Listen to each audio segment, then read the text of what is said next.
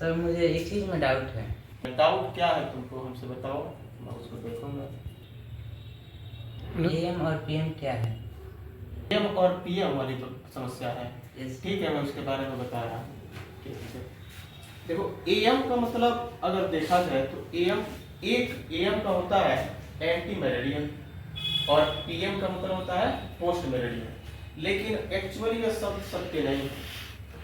आपको अभी तक या वेस्टर्न सिविलाइजेशन के अंतर्गत यानी पश्चिमोत्तर जो सभ्यता होती है जिसके अनुरूप हम लोग अंग्रेजी पढ़ते हैं, तो वेस्टर्न सिविलाइजेशन के अनुरूप आपको यह रटा दिया गया है कि एएम का मतलब होता है एंटी मेरिडियन और पीएम का मतलब होता है पोस्ट मेरिडियन।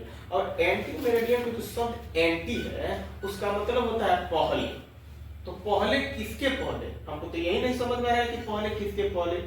और दूसरा होता है तुम्हारा पोस्ट मेरिडियन। तो पोस्ट मेरिडियन में जो पोस्ट है तो उसका मतलब होता है बाद में।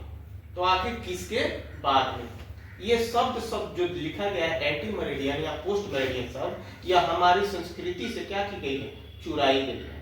और अपने वर्चस्व को दिखाने के लिए ये शब्द एक जोड़ दिया गया कि क्या इसको वेस्टर्न सिविलाइजेशन से लिया गया, लेकिन यह बात बिल्कुल क्या है, गलत है।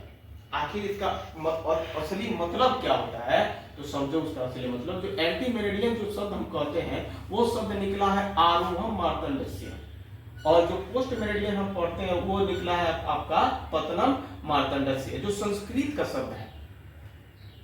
किसका शब्द है, संस्कृत का। और इसका अर्थ क्या होता है, आरोहम मार्तंड से का मतलब होता है जब सूर्य ऊपर सुबह के समय से ऊपर की ओर जब चढ़ता है उस स्थिति को हम कहते हैं आरोहम मार्तंडस्य, यानी सूरज का चढ़ाव वाला स्थिति।